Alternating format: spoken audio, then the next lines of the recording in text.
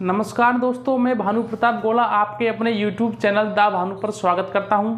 तो जैसा कि आप जानते हैं रोजाना की हम एक नया टॉपिक के साथ में इनकी शुरुआत करते हैं। तो आज का हमारा टॉपिक है क्रिप्टो करेंसी या गोल्ड।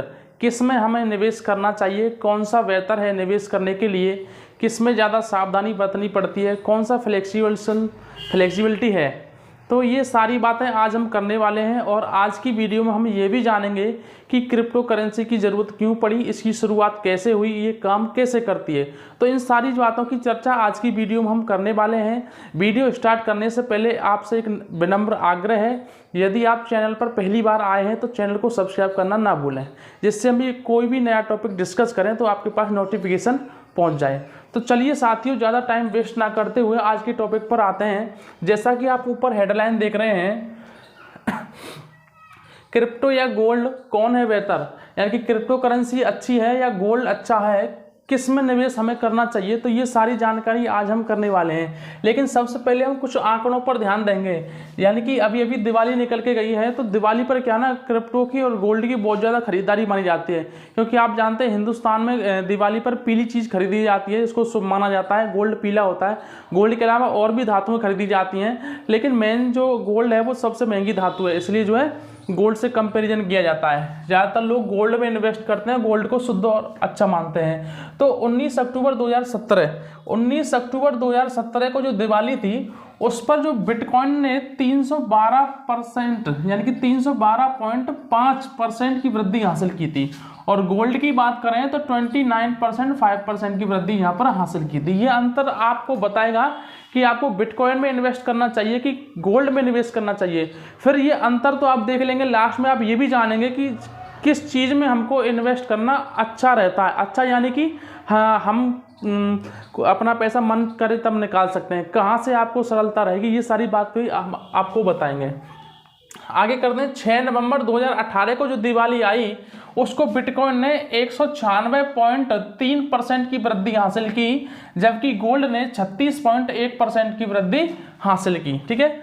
27 अक्टूबर 2019 को जो दिवाली आई कोरोना वाली, उसमें 99% यहाँ पर वृद्धि नहीं, यहाँ पर गिरावट की हासिल क्या गिरावट हुई। बिटकॉइन में 99.9% की गिरावट हुई और गोल्ड में 11% की हानि हुई, यानी कि गिरावट हुई। तो ये आंकड़े आपको ये दर्शा रहे हैं कि किस दिवाली पर बिटकॉइन ने कितनी वृद्धि हासिल की और किस दिवाली पर गोल्ड ने कितनी वृद्धि या लॉस जिसको हुआ।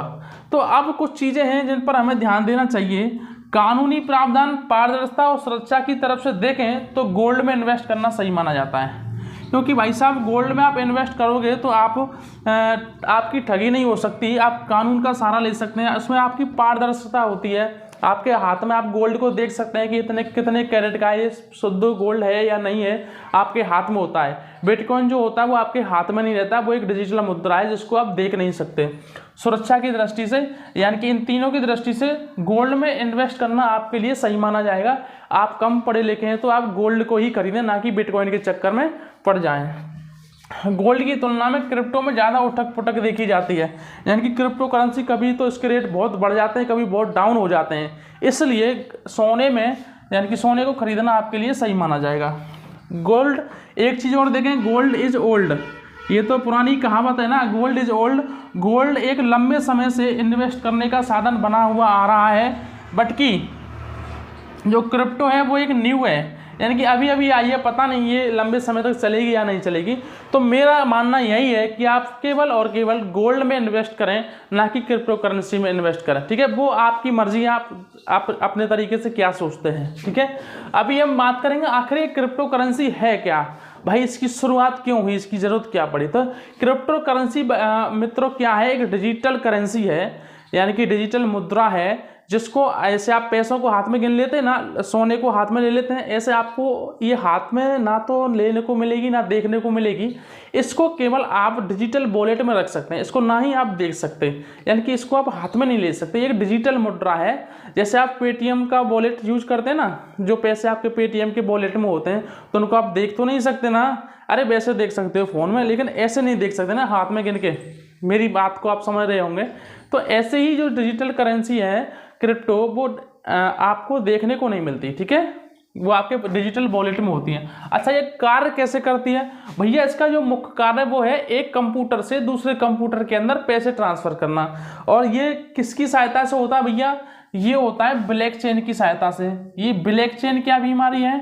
ब्लॉकचेन एक बैंक की तरह कार्य करती है। जैसे बैंक में हमने पैसे जमा किए तो बैंक में रिकॉर्ड होता है, बैंक से पैसे निकाले तो बैंक में रिकॉर्ड होता है। ऐसे ही जब हम क्रिप्टो करेंसी का लेन देन करते हैं तो वो ब्लॉकचेन के माध्यम से ब्लॉकचेन के अंदर इसका सारा रिकॉर्ड होता है कि हमने कितनी क्रिप्टो करेंसी किसको दी, खरीदी, कितनी किसी से ली और कितना हमने व्यापार किया, कितनी कुछ चीजें खरीदी। ये सारा रिकॉर्ड ब्लॉकचेन के अंदर होता है, इसलिए ब्लॉकचेन को क्रिप्टो करेंसी की बैंक कहा जाता है। ठीक है बच्चों, सॉरी बच्चों नहीं मित्रों हैं। क्रिप्टो माइनिंग प्रोसेस, इसमें एक माइनिंग प्रोसेस होती है। इसके कुछ लोग होते हैं जो इसके जो ट्रांजैक्शन होते हैं लेन देन के, उन पर निगरानी रखते हैं। उस निगरानी को ही हम कहते हैं माइनिंग प्रोसेस। माइनिंग प्रोसेस जो करने वाले लोग होते हैं उनको माइनर्स कहते हैं। माइनर्स इसकी प्रोसेस कैसे करते हैं? उनको एक कोड मिलता है। कोड ऐसे ही नहीं मिल जाता फ्री में, उनको कोड तब मिलता है, वो अपना कंप्यूटर सिस्टम तब खोल पाएंगे तब उनके पास एक कोड आ जाएगा। तो कोड कैसे आता है? जब कभी आपने रेलवे में रिजर्वेशन कराया हो तो आप अपना PNR स्टेटस डालते हैं, तो उससे पहले एक मैथ्स की कैलकुलेशन आती है। मान लो कोई छोटी सी कैलकुलेशन आती है, मल्टीप्लाई, सब्ट्रैक्ट या ऐड की। उस कैलकुलेशन करने के बाद में इनको एक कोड प्राप्त होता है। कोड प्राप्त होने के बाद में इनका जो कंप्यूटर सिस्टम है वो इनके हैंड हो जाता है, इसमें यूज करते हैं। ठीक है, वहाँ से ये लोग इसकी निगरानी रखते हैं। निगरानी रखने वाले लोगों को कहते हैं माइनर्स। ठीक है, यह कहाँ होती है भाई साहब? आप कोई वस्तु खरीद रहे हैं तो ये होती कहाँ है? जैसे पैसे आपके जेब में होते हैं, आपने कोई वस्तु खरीदी तो वस्तु ली आपने और पैसे जेब से निकाल करके दे दिए। लेकिन जब आप क्रिप्टो करेंसी से कुछ सामान या खरीदारी करना चाह रहे हैं तो आपके पास ये होती कहाँ है? तो ये आपके पास वॉलेट में होती है, ना कि आपकी जेब में होती है। इसकी शुरुआत 1990 में कोशिश की गई थी। इसकी जो कोशिश जो हो रही है वो 1990 से हो रही है, लेकिन 2009 में ये फाइनली मार्केट में आ गई। अब इसके बहुत सारे टाइप हैं, बिटकॉइन है, एथेरियम है, लाइटकॉइन है, डोजकॉइन है और फेयरकॉइन है, ये इसके टाइप्स हैं। तो यहाँ तक मैं समझ पा रहा हूँ कि आप भी समझ गए होंगे कि यदि आप बहुत अच्छे यानी कि कंप्यूटर सिस्टम चला पाते हैं, मार्केट की अच्छे से जानकारी रखते हैं और अच्छे आप पढ़े लिखे हैं, तो ही आप बिटकॉइन में इन्वेस्ट करें। बिटकॉइन में इन्वेस्ट करना सही है, इसमें काफ़ी वृद्धि देखी जाती है। लेकिन आप कम पढ़े लिखे हैं, आपको जानकारी कम है, तो आप बिटकॉइन में भूलकर भी इन्वेस्ट ना करें, केवल और केवल सोने में इन्वेस्ट करें। ठीक है साथियों, आज की वीडियो में इतना ही। अगली वीडियो में फिर मिलेंगे किसी नए टॉपिक के साथ में। यदि आपको इस वीडियो में दी गई कोई भी जानकारी गलत लगती है या अलग लगती है तो उसको आप कमेंट में डिस्कस कर सकते हैं। नेक्स्ट वीडियो में हम उसको सुधारने का प्रयास करेंगे। धन्यवाद।